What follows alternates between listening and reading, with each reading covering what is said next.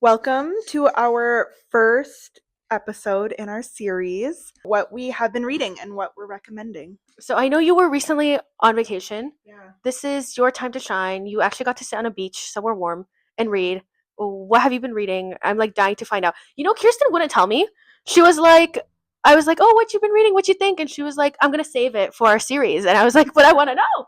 So the people want to know. I'm ashamed to say that this year we've just been so busy that before this, I had read literally one book this year. So I was really excited to be on vacation and actually just have time to read. So I read two books that were long on my TBR, and I just felt like it was time to just take them off. I went hot and heavy with Abby Jimenez. Believe it or not, these were my first books of hers. So I'm definitely behind on my Abby Jimenez.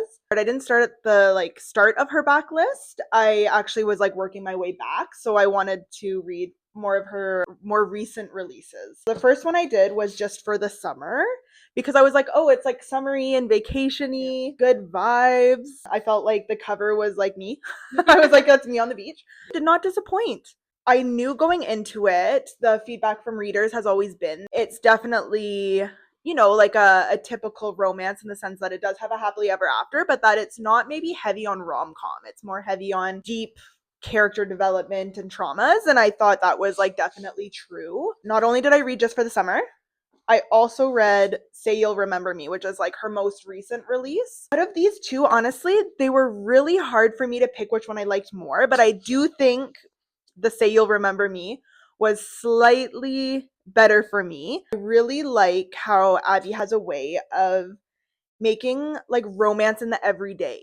So it really felt like the characters were real people with real problems, not just sort of their problems are there to make conflict and to make the character and the plot move forward. It was no, these are real people who could definitely really be having these problems. And it really made sense that these problems were sort of a driving force for why the characters couldn't be together. We read romance books to sort of take us out of the real world, and this one almost did the opposite, where put us in. Back to the programming. Yes. Overall, I really thought Abby wove in normie stuff. And I was like, yeah, you're right. Romance really is the day-to-day stuff. It's not always the grand gestures. I think sometimes in romance books, we see the grand gestures more because they're romance books. That's why we love them. Yeah. But it was really fun to read what could maybe be seen as boring day-to-day stuff, still be a really meaningful romance. I like that. It kind of makes you reshift your thinking a bit. So overall, can definitely confirm I am an Abby Jimenez fan, and I will be continuing her backlist and the new one that comes out this March. Yeah. I'm really excited for that one. Yes, cover is beautiful. Cover's really beautiful. The purple, of course purple. You like it. Yeah, of course I like it. Now I want to hear from you. Shelly is on a major journey that we have all been. It's a canon event, I fear. I'm reading for the first time in my life A Court of Thorns and Roses by Sarah J. Maas. Yay! Kirsten's clapping. You would be surprised. I think I myself am surprised. I've been with the store for almost a year. Still have not read it. We have the new release in October, and Kalenmai is coming up in May 1st. We're doing these cool events. I want to go and I want to find out what everyone's talking about. I think it's one of those things where I know some people, when something is so overhyped or really popular, they don't want to get into it because they're like, oh, it's too overhyped. I might not enjoy it.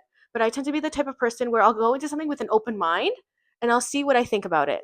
We had the most lovely customer come in and he was obsessed with the series, and he was like, it's the first thing in 12 years that got me back into reading.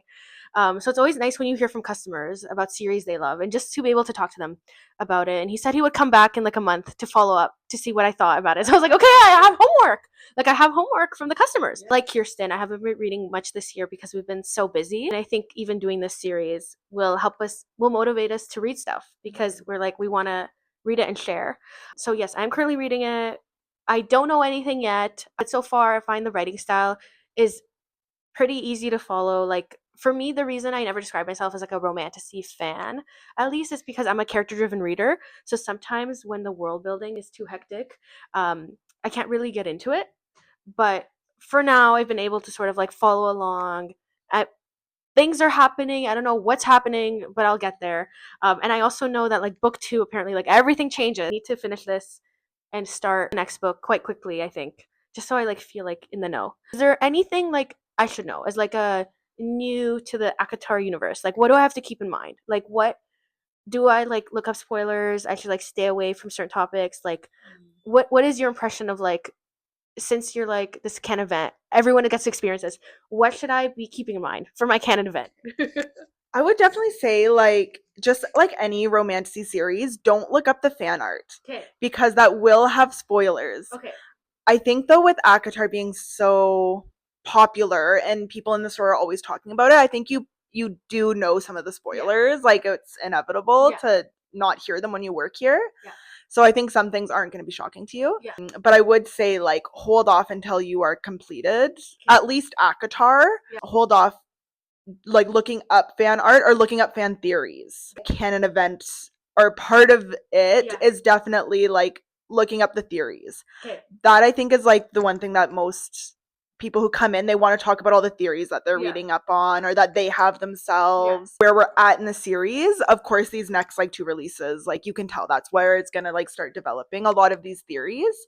So I don't think it's necessarily like spoilers because we don't know it yet. But there is just like so many possible ways that she could go that I think like if you start looking at the theories, it's gonna like taint it before you can make up your own mind. Got you. So no Googling, which is good because I don't have time. I will do that. So yeah, that's what I'm currently reading right now. I'm pretty excited just to like be in the know. I think I like knowing things because I'm nosy like that. Speaking of being in the know, the other thing that we wanted to do with this series is also talk a little bit about sort of the releases that are new, popular, or like what we think is a little bit underrated, or just what we've been seeing kind of like blowing up, and we want our romantics to be like the first to be like, I read it before it blew up and got popular. So with that in mind, do you have a book that you're like, this needs to be on your radar, everyone's going to be talking about this over the next couple months? Mine is The Trident and the Pearl by Sarah K.L. Wilson, who also happens to be a Canadian from Northern Ontario. So that's really cool. To me, it gives like Little Mermaid vibes, but like make it romantic-y even more. That being said, it's like she has not come out to say it's like a Little Mermaid retelling as far as I know, so don't quote me on that. But in a really cool, like Ariel is a badass way. My pick for this first episode is Witch of the Shadowwood by Tori Ann Martin. And this is actually a sapphic Hansel and Gretel retelling. This is like the tagline. I don't even need to like say anything other than like read it for you. But it's literally a feminist, cozy romantic retelling of the classic fairy tale Hansel and Gretel, complete with a sapphic love story and a revenge tale. There you go. For fans of the Spell Shop. Like, the Spell Shop and revenge. Like, I know. That got me. No, it got you, right? Yeah. I was like, okay, cozy romantasy, sapphic, say less. I haven't seen too much buzz about this one yet, so I was like, let me see what people are saying. Let me know if you've read it. If you haven't read it, add it to your TBR. I'll read it with you, and we can come back in the next couple episodes and talk about them. Our homework for next time, we need to read more, and I'm curious if any of y'all want to see any specific content. Are there questions for us? Do you want more behind the scenes? How do you run a bookstore? Because I feel like it's one of those things that's probably romanticized a bit, which in a good way. I can't blame people. Like, how lovely is it to sit here in an all pink bookstore and just talk about books? But if you have any curiosity about like the behind the scenes stuff, let us know and we can do a whole episode about that. Even if you want to hear Kearston's story and why she decided to open the bookstore. I feel like you've done a lot of press about that in particular. You're probably sick of talking about it, but if you want like the actual story of like, actually I woke up one day and blah blah blah blah blah, Kearston will tell it better than I can, obviously. We can do a whole little episode. If you have any questions, leave them below. Agreed. Bye.